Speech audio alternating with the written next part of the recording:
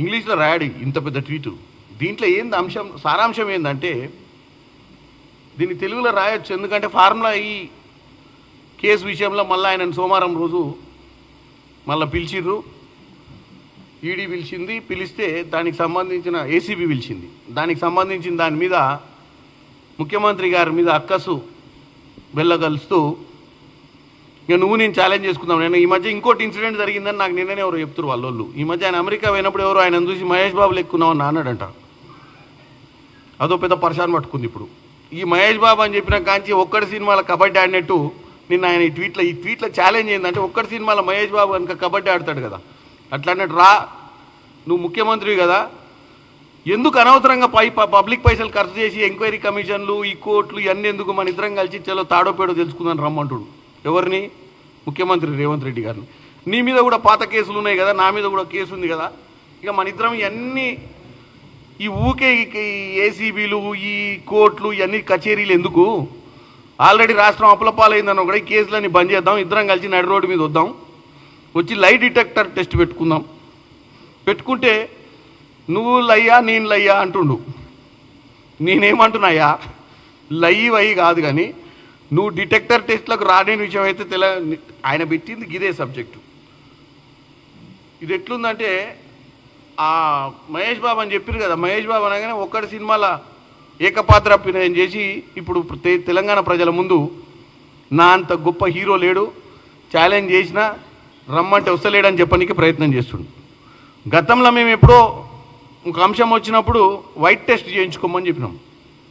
అంటే అప్పుడు డ్రగ్స్ విపరీతంగా సినిమా యాక్టర్లు హైదరాబాద్ నగరం డ్రగ్స్ వాళ్ళ పరిపాలనలే చేసుకోమన్నప్పుడు ఈరోజు ఛాలెంజ్ చేస్తుండగా దొరవారు, మరి చిన్న దొర అయ్యాల మనం ఛాలెంజ్ చేసినప్పుడు మరి ఆయనే వచ్చి చేసుకోమంటే చేసుకోలే. సరే నేను ఆయన వాడిండు అని నేను అంటలేను. నీ ఒక ప్రజా ప్రతినిధిగా నీ మీద ఒక అబాండా వచ్చినప్పుడు దాన్ని సరిదిద్దుకునే ప్రయత్నం చేసేది ఉండే. మరి ఈరోజు ఎందుకు ఛాలెంజ్ చేస్తున్నావు కేటీఆర్ గారు అంటే ఫ్రస్ట్రేషన్ పీక్కి వచ్చింది. ఇక్కడ సబ్జెక్ట్ ఏంది, నువ్వు క్యాబినెట్ ఆమోదం లేకుండా ఒక మున్సిపల్ శాఖ మంత్రిగా నువ్వు ఇంత డబ్బు నువ్వు అకౌంట్లకు ట్రాన్స్ఫర్ చేసినావు అనేది సబ్జెక్టు. అవును నువ్వు తెచ్చుకో, ఇప్పుడు నువ్వు ముఖ్యమంత్రి అయినావు కానీ నేను ట్రాన్స్ఫర్ చేసింది వాస్తవమే, నువ్వు తెచ్చుకోవచ్చు కదా అంటుండు. ఇక్కడ సబ్జెక్ట్ ఏంటంటే నువ్వు చేసింది తప్పు కాబట్టి ఎంక్వైరీ నడుస్తుంది, నీ స్వలాభం కోసం ఆ రోజు నీ మిత్రులకు సపోర్ట్ చేస్తామన్న ఆలోచనతోటే నువ్వు క్యాబినెట్ ఆమోదం లేకుండానే నువ్వు ఒక మున్సిపల్ మంత్రిగా ఉండి స్వనిర్ణయం తీసుకొని నువ్వు ఒక అకౌంట్లోకి వెళ్ళి ఫారెన్ ఎక్స్చేంజ్ అంటే ఆర్బీఐ గైడ్లైన్స్ ప్రకారం పర్మిషన్ తీసుకోకుండా 44 కోట్ల రూపాయలను నువ్వు ట్రాన్స్ఫర్ చేసింది అనేది నీ మీద అభియోగం. అంటే ప్రజలకు మనం ఏం చెప్తున్నావు, అవునబ్బా నేను కొట్టినా, ఎందుకు కొట్టినా, నేనేమన్నా నల్ల పైసలు ఇచ్చినా, తెల్లయ్య కదా కొట్టినా అంటావు. తెల్లయ్య కాదు నల్లయ్య కాదు, నువ్వు కొట్టుడే తప్పు అనేది ఇక్కడ. దాన్ని కూడా నువ్వు సమర్థించుకునే ప్రయత్నం చేయడం అంటే నీకు ఒకటి అంబేద్కర్ రాసిన రాజ్యాంగం మీద ఇప్పుడున్న కోట్ల మీద నీకు నమ్మకం లేదు. కోట్ల పంచాయతీ ఈయనది ఒక పంచాయతీ ఏసీబీ. అప్పుడు మా ముఖ్యమంత్రి గారి మీద అప్పుడు పాత కేసు ఒకటి ఉండే. ఇక 2 కేసులు ఎందుకు, మన ఇద్దరం వచ్చి లై డిటెక్టర్లు పెట్టే, మన కోర్టులు ఎందుకు, లై డిటెక్టర్లు మీరే పెట్టుకునేది ఉంటే. నువ్వు ఒక ప్రజాప్రతినిధి వెయ్యుండి ప్రజలకు నువ్వు ఆదర్శంగా నిలబడాల్సిన వెయ్యుండి కోర్టుల మీద పోలీస్ ఎంక్వైరీల మీద పెట్టుబడి ఎందుకు పెట్టాలి, మనమే తెలుసుకుందాం రా అని చెప్పేదాన్ని బట్టి చూస్తే నీ అవివేకము కనపడుతుంది ఇక్కడ. దానికి ఇంత పెద్ద ఇంగ్లీష్లో ట్వీటు ఏమని చెప్పాలి, తెలంగాణ ప్రజలు అర్థం చేసుకోవాలి. ఏమని, 10 సంవత్సరాల అధికారంలో ఉండి సంవత్సరంన్నర పాలన మీద ఎంత పీక్ పోయిందో ఫ్రస్ట్రేషన్. 10 సంవత్సరాల పాలనలో మీరు ఉన్నప్పుడు మీరు చేసిన తప్పుల గురించి ఏ రోజన్నా ప్రతిపక్షాలు ప్రతిరోజు ఇట్లాంటి ఇంత పొడుగు ట్వీట్లు పెట్టి తెలంగాణ ప్రజల మధ్యన విషబీజాలు నాటే ప్రయత్నం ఎవరైనా చేసిర్రా? నిజంగానే నేను బీజేపీ అడుగుతున్నా, మేము కూడా పొజిషన్లు ఉన్నాం, బీజేపీ వాళ్ళ పొజిషన్లు ఉన్నారు, చాలామంది చాలా పొలిటికల్ పార్టీసు చాలా పొలిటికల్ లీడర్సు నీకంటే మంచి ఇంగ్లీష్ వచ్చిన వాళ్ళు కూడా ఉండే. మా కొండ విశ్వేశ్వరరెడ్డి అన్న కూడా నీకన్నా మంచి ఇంగ్లీష్ వచ్చు. ఏ రోజన్నా మిమ్మల్ని 24 గంటలు ట్వీట్లనో దేంట్లనో ప్రజలను తప్పుదో పట్టించే ప్రయత్నం చేసిర్రా? చేయలే. మరి మీరు ఎందుకు చేస్తుర్రు? ఇవాళ మీరు కేవలం మళ్ళీ ఈరోజు నిన్నటిదాకా దయ్యాలని చెప్పినటువంటి సిస్టర్ మళ్ళీ సెంటిమెంట్ స్టార్ట్ అయింది ఇవాళ. అరే మా వర్కింగ్ ప్రెసిడెంట్కు నోటీసులు ఎట్లు ఇస్తారంటారు అసలు? మళ్ళీ ఈ సబ్జెక్ట్ నేను ముందే చెప్పిన, ఈ ఫ్యామిలీ డ్రామా ఇది ఎన్ని ఎపిసోడ్లైనా నడుతుందని. మొన్ననే మా అయ్య చుట్టూ దయ్యాలు ఉన్నాయని చెప్పింది, ఇవాళ మా వర్కింగ్ ప్రెసిడెంట్కి నోటీసులు వేసి ఇస్తారని. ఏందా ఈ కాంట్రడిక్షను? తెలంగాణ ప్రజలు అర్థం చేసుకోవాలి. కవితకు వర్కింగ్ ప్రెసిడెంట్ కేటీఆర్ఏ అయినప్పుడు ఇంకా మరి బీఆర్ఎస్ పార్టీ కదా ఆమె. ఇంకెవరు దయ్యాలు మరి వాళ్ళ నాయనను తప్పుతో పట్టించింది? ఇవాళ ఒక దయ్యానికి నోటీసులు ఇస్తేనే తట్టుకోలేని పరిస్థితికి వస్తే మరి ఈ డ్రామాకు తెర వేసినట్టేనా? అంటే ఈ తెలంగాణ ప్రజలకు అయిపోయిందా టైంపాసు మన ఫ్యామిలీ ఎపిసోడు, లేకపోతే ఇంకా కంటిన్యూయేషన్ ఉందా ఎపిసోడ్? సో ఈ కేసీఆర్ కుటుంబం 24 గంటలు తెలంగాణ ప్రజలను తప్పుతో పట్టించాలన్న ఆలోచన ఉంది అనేది క్లియర్ కట్గా మనకు అర్థమవుతుంది.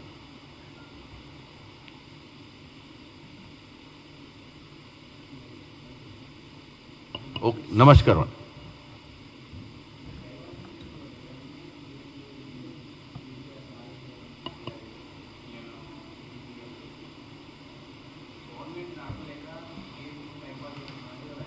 గవర్నమెంట్ నడిపిస్తున్నామా నడిపిస్తలేమా, గవర్నమెంట్లో ఏం జరుగుతుంది అనేది రోజు తెలంగాణ ప్రజలు చూస్తున్నారు. ఇంద్రమ్మ ఇల్లులు, సన్నబియ్యము, భూభారత్ ఇవన్నీ కూడా లాస్ట్ 2-3 నెలల నుంచి మంత్రులు మొత్తం క్షేత్రస్థాయిలో ఉండి ప్రతి దగ్గర ముఖ్యమంత్రి నుంచి డిప్యూటీ చీఫ్ మినిస్టర్ దాకా కూడా సన్నబియ్య పంపిణీ మీద పేద ఇళ్లలో పోయి వాస్తవంగా వాళ్ళ ఆనందం ఏంది, వాళ్ళు ఎంత హ్యాపీగా ఉర్రు, అసలు వచ్చే బియ్యం కరెక్ట్ వస్తున్నాయా లేదా అని చెక్ చేసే పరిస్థితి ఉంది. ఇది ప్రజాపాలన? ఇలా ప్రభుత్వం నడుస్తలేదు అని చెప్పడానికి అది నిదర్శనమా? ఇలా ప్రభుత్వం బ్రహ్మాండంగా నడుస్తుంది కాబట్టే మేం డైవర్షన్ పాలిటిక్స్ చేస్తలేము. మేం చేసే పాలనలా ఈ ఎంక్వైరీ అనేది గత పరిపాలనలో కమిషన్లైనా ఎంక్వైరీలైనా గత పరిపాలనలో చేసిన తప్పుల మీద జరుగుతున్నటువంటి ఎంక్వైరీలు ఇవి. వీటికి మేం చేసే ప్రస్తుత పాలనకు లింకు పెట్టడం అనేది చాలా తప్పంటున్నా. ఇలా ప్రజలు డిసైడ్ చేస్తారు మాకు పాలన అందిస్తుంది ప్రభుత్వమా కాదా అని. ప్రతిపక్షాలు కాదు, వాళ్ళు ప్రతిపక్ష హోదా వాళ్ళు సరి అయిన రీతిలో వాళ్ళు చేస్తలేరు అనేది మాత్రం క్లియర్ కట్గా తెలుస్తుంది. ఎందుకంటే ప్రతిపక్ష నాయకుడు కనపడతలేడు, ప్రతిపక్ష నాయకుడు ఫామ్ హౌస్కి అంకితమైండు, ప్రతిపక్ష నాయకుడు ఒక సభ పెడితే సభకు అటెండ్ అయ్యింది తప్ప ప్రజలు ఎన్నుకున్నటువంటి సభ అసెంబ్లీకి వచ్చే ఓపిక లేదు. ఏం మనం పగటి వేషగానమా ఏంది? రోడ్ల మీద తిరిగి వేషాలు వేసి వేషాలు మాట్లాడడానికి? గెలిపించింది ఎవరి కోసం? ఈరోజు ప్రభుత్వంలో ఏమన్నా తప్పులు జరిగితే దేవాలయం లాంటి వేదిక ప్రజా సమస్యల గురించి మాట్లాడేది అసెంబ్లీ. నువ్వు అసెంబ్లీలో ఒక అపోజిషన్ లీడర్ రోల్ తీసుకొని కూడా నువ్వు అసెంబ్లీకి వచ్చే ఓపిక లేకపోతే ప్రతిపక్షము ప్రజలు ఇచ్చినటువంటి హోదాను వాళ్ళు మర్చిపోయిన విషయాన్ని క్లియర్గా చూస్తున్నాం. మా పాలన విషయంలో మేము క్లియర్గా ఉన్నాం. డిసెంబర్ 9, 2023 నుంచి మొదలు పెడితే జూన్ 13వ తారీఖు ఇవాళ, జూన్ 14వ తారీఖు ఇవాళ, జూన్ 14 దాకా నేను చెప్తున్నా ఎన్ని రోజులు ప్రజలలో నాయకులు లేరు అనేది లెక్క పెట్టుకునే రోజులు ఉంటాయి.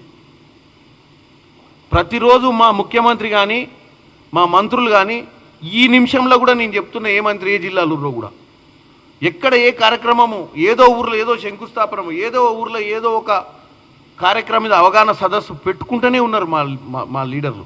మరి ఎవరు ఈరోజు ప్రతిపక్ష హోదా అంటే ఇది కాదు. ప్రతిపక్ష హోదా రాసుడు, ప్రతిపక్ష హోదా అంటే ప్రజా సమస్యల మీద ఇంద్రమ్మ ఇల్లులు ఎవరెవరికి వస్తున్నాయి, ఇంద్రమ్మ ఇల్లులు అర్హులకే వస్తున్నాయా, ఇంద్రమ్మ ఇల్లు అర్హులు రాకపోతే సిరిసిల్ల ఎమ్మెల్యేగా గెలిపిస్తే అక్కడ కేటీఆర్ పోయి ఆడ పథకాలు ఏమవుతున్నాయి రానోళ్ళు ఏమని ఉంటే అక్కడ ఎంఆర్ఓలతో మాట్లాడి, అక్కడ ఉన్నటువంటి ఆర్డీఓలతో మాట్లాడి, అక్కడ ఉన్నటువంటి కలెక్టర్తో మాట్లాడి ఈ గవర్నమెంట్ ఇస్తున్న స్కీములు నువ్వు బ్యాన్ చేస్తావా?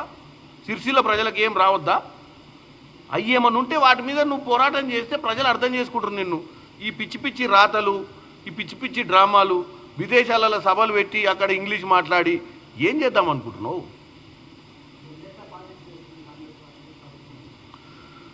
వెండెట్టా పాలిటిక్స్ కాంగ్రెస్ ప్రభుత్వానికి చేయాల్సిన అవసరం లేదు. ఒకవేళ కాళేశ్వరం ప్రాజెక్టే ఈరోజు బ్రహ్మాండంగా 48 లక్షల ఎకరాలు 45 లక్షల ఎకరాలకు నీళ్లు సాగు జరుగుతుంటే కాళేశ్వరం గురించి మేము చెడుగా మాట్లాడితే ప్రజలు మమ్మల్ని క్షమించరు, ప్రజలు మమ్మల్ని తిట్టి తిట్టి పోషిస్తారు. కాళేశ్వరం ప్రాజెక్టే కనుక కేసీఆర్ గారు బ్రహ్మాండంగా కట్టే ఉంటే ఘోష్ కమిషన్ రావాల్సిన అవసరం ఏమొచ్చేది? అది కూలింది కాబట్టి వచ్చారు. ఎందుకు కూలింది? 4 ఏళ్లలోనే కడతాడు మా నాయన, వెనుక వేరే దేశాల్లో వెళ్తే 18 ఏళ్లలో కట్టేటోళ్ళు మేము 4 ఏళ్లలోనే కడతా అని చెప్పేదాన్ని బట్టే ఆయనే ఒప్పుకుండు. ఏమని? ఇటువంటి ప్రాజెక్టు ఇన్ని కోట్లతోటి ఇంత పెద్ద వ్యవస్థతోటి కట్టాల్సిన ప్రాజెక్టుకు మినిమం 18 ఏళ్ళు చైనాలనే పట్టిందంటే, అంత టెక్నాలజీ అడ్వాన్స్డ్ ఉన్న కంట్రీలా నువ్వు కేవలం తొందరగా కమిషన్లు దండుకోనికనే కదా ఈ తొందరగా పడి కట్టడం వల్లనే ఇది కూలింది. నువ్వు అలా కమిషన్లకే కనుక కకృతి పడకపోయి ఉంటే ఈ కమిషన్లే వచ్చాయి కావు. ఘోష్ కమిషన్ మనం తినేందుకే కమిషన్ వచ్చింది.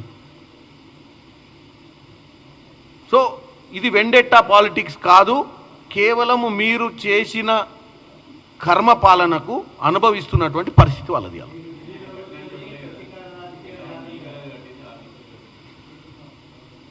ఆఫీసర్లు కట్టిర్రా ఆయన కట్టిండా అనేది గతంలో ఈఎన్సీలు కూడా చెప్పిర్రు, 1-2 ఈఎన్సీలు. ఈరోజు ఒక ఈఎన్సీ జైలు పాలైండు. ఏమని చెప్పిర్రు? కేసీఆర్ గారు ఫామ్ హౌస్కి పిలిచి చర్చలు పెట్టేటోడు, మీకు తెలియదు నాకు తెలియదా నీకు తెలియదా అని చెప్పి అంటే నేను దీనికి నిదర్శనం కూడా చెప్తున్నాను. గతంలో నిజాం సాగర్ కట్టిర్రు, అప్పర్ మేనర్ లోవర్ మేనర్ కట్టిర్రు, కడెం బ్రిడ్జ్ కట్టిర్రు. అదే గోదావరి జలాల మీద 1938-40 నుంచి మొదలు పెడితే 1985 దాకా ఎన్నో ప్రాజెక్టులు కట్టిర్రు అక్కడ. మరి ఆ ప్రాజెక్టులు ఇదే విధంగా కూలిపోలేదు ఎందుకు? వీళ్ళ లెక్కనే వీళ్ళు ఏమంటారు, మొత్తం ప్రాజెక్ట్ కాదు ఈ ముందుదే కదా నీళ్ళు అడ్డం పెట్టేది.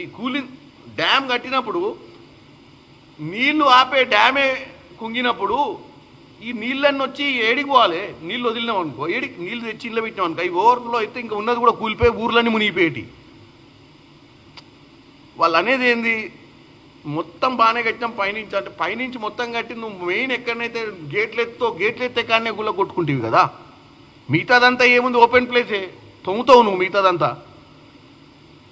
సో నేను టెక్నికల్గా ఆయనంత పెద్ద తెలికలోని కాదు ఇప్పుడు ప్రెస్ మీట్లో ఇప్పుడు ఆ ప్రాజెక్ట్ గురించి డెప్త్గా పోయి మాట్లాడటం. కానీ ఏది మోక్షకొండ విశ్వేశ్వరయ్యని కాదలుచుకోలే నేను కేసీఆర్ అయినట్టు.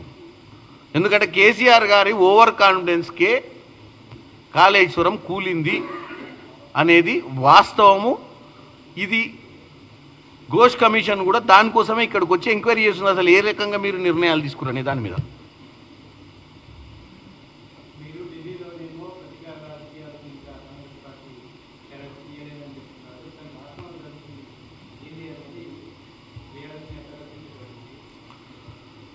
రాష్ట్రంలో జరుగుతుంది ఏంది అంటే, రాష్ట్రంలో జరుగుతుంది ప్రజాపాలన ఒకటి.